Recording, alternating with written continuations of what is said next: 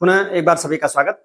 हिंदी की जो कड़ी चल रही है वर्ड के रूप में, वर्ड विचार के रूप में, उसमें हम लोग वर्ड को दो भाग में लेकर चल रहे हैं, एक स्वर की तरफ, एक व्यंजन की तरफ। जैसा कि आपको पता है कि स्वरों के भाग होते हैं। उन स्वरों में हम एक एक पार्ट लेके आए हैं और आज स्वर का अंतिम भाग है। जो स्वर के प्रकारों को हम पढ़ रहे हैं उसका अंतिम भाग है। स्वर के प्रकार कुल पूछे जाते हैं, प्रकार बताएं कभी नहीं पूछेगा, केवल ये पूछेगा कि ये प्रकार कितने होते हैं, इसमें कौन आता है कौन नहीं आता है। तो वर्ड से हम लोग प्रारंभ किए थे। इसका पहला भाग स्वर लेके आए थे, दूसरा भाग व्यंजन था। अभी व्यंजन की चर्चा नहीं हो रही है क्योंकि हम लोग स्वर को लेके चल रहे हैं और स्वरों को हम लोग लेके चलते चलते आज उसके अंतिम पड़ाव पर आ गए हैं। और ये बताया गया है कि जब स्वर की संख्या पूछेगी तो 11 बताना है।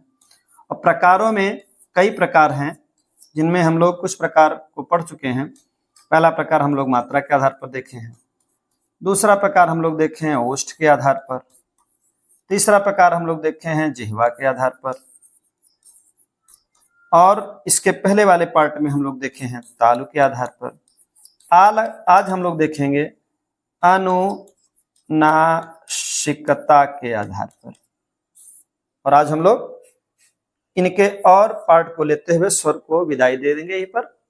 इसके बाद हम लोग कल से व्यंजन की तरफ लौटेंगे। तो आइए देखते हैं क्या होता है अनुनासिकता। देखिए अनुनासिकता, अनुनासिकता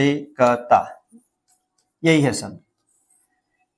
इसमें दो शब्द देखिए। अनु का मतलब होता है पीछे, तो जो नाक के पीछे पीछे चलता है, मतलब ऐसी आवाज, ऐसे स्वर जो जिनकी आवाज निकाले तो नाक की भी सहायता ले, ऐसे हैं। तो ये इसमें दो स्वरों को दो प्रकार से इनको बांटा गया। तो जो नाक की सहायता लेते हैं उसमें दो तरह से इनकी सहायता ली जाती है।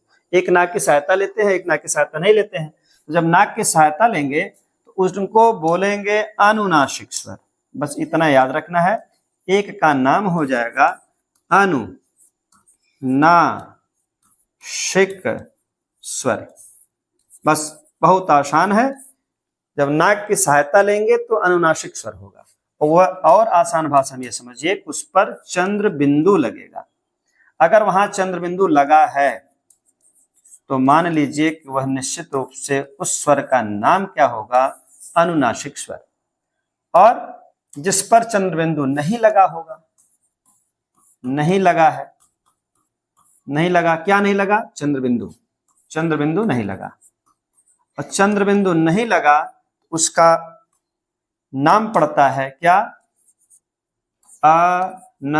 अनुनासिक स्वर, अनुनासिक स्वर। इसका एक नाम और मिलता है कहीं कहीं, निरनुनासिक स्वर। तो भ्रम न हो, निरनुनासिक। क्यों निरनुनासिक है, इसकी भी बात हम कर रहे हैं।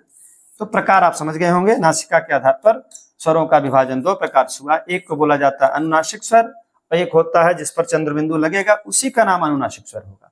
और जिस पर चंद्र बिंदु नहीं लगा होगा उसका नाम होगा अनुनासिक स्वर या निरनुनासिक स्वर। ये कब लगते हैं, तो चलिए सीधे सीधे हम लोग उसकी तरफ चल रहे हैं। अ से औ तक ये 11 स्वर है। अगर इन पे चंद्र बिंदु लग गया तो ये अनुनासिक, और नहीं लगा तो निरनुनासिक। अब लगने का तरीका आपको देखना है कैसे लगेगा। तो लगाने के लिए आपको केवल इतना ध्यान देना है कि जो हमारी मात्रा है, मात्रा पहले समझ लीजिए तो एकदम आसान हो जाएगा। अ, आ, ए, ई, ओ, आपका री है, री। उसके बाद यहाँ पर चारों बड़े भाई ए, ओ, और ये हमारे सभी स्वर हैं। अब ध्यान इतना देना है कि जिनकी मात्रा ऊपर से आई, ऊपर से लगी, अगर मात्रा ऊपर से लगी मात्रा अगर ऊपर से लगी, ऊपर से मात्रा लगी, ऊपर से मात्रा, अगर ऊपर से मात्रा है तो आपको पूरा लगाना है। कहाँ लगेगा पूरा, देखिए मात्रा, देखिए अब पहले मात्रा निकाल ले रहे हैं तो और आसान हो जाएगा। चलिए मात्रा इसका निकाला जा रहा है। देखिए आ पर कोई मात्रा नहीं होती, आ को उदासीन स्वर कहते हैं। इसका देखिए यह एक डंडी लग जाता है ऐसे, छोटी ई जिसको बोलते हैं यह दीर्घ ई, बड़की ई इधर है, छोटा ऊ की मात्रा ऐसे है, जिसको बड़ा ऊ बोलते हैं, दीर्घ ऊ ऐसे ही, ये री की मात्रा हो गई। ध्यान इसमें देना है, एक की मात्रा केवल शिरोरेखा के ऊपर एक डंडी लगा देते हैं, मतलब एक मात्रा, और इस पर दो मात्रा लग जाएगी। तो ये ध्यान दीजिएगा, ओ में केवल एक डंडी के साथ एक पाई, और यहाँ पर देखिए एक डंडी है और उस पर आपकी दो पाई, बस इतने मात्रा ध्यान देना है। ये मात्रा भी पूछ सकता है, इसको भी जानते रहिए। उदासीन स्वर है, ये सबकी मात्राएं लग गई, किसकी मात्रा क्या है। अब क्या ध्यान देना है, जिसकी मात्रा ऊपर से, देखिए मात्रा किसके ऊपर से, हम उसको घेर रहे हैं।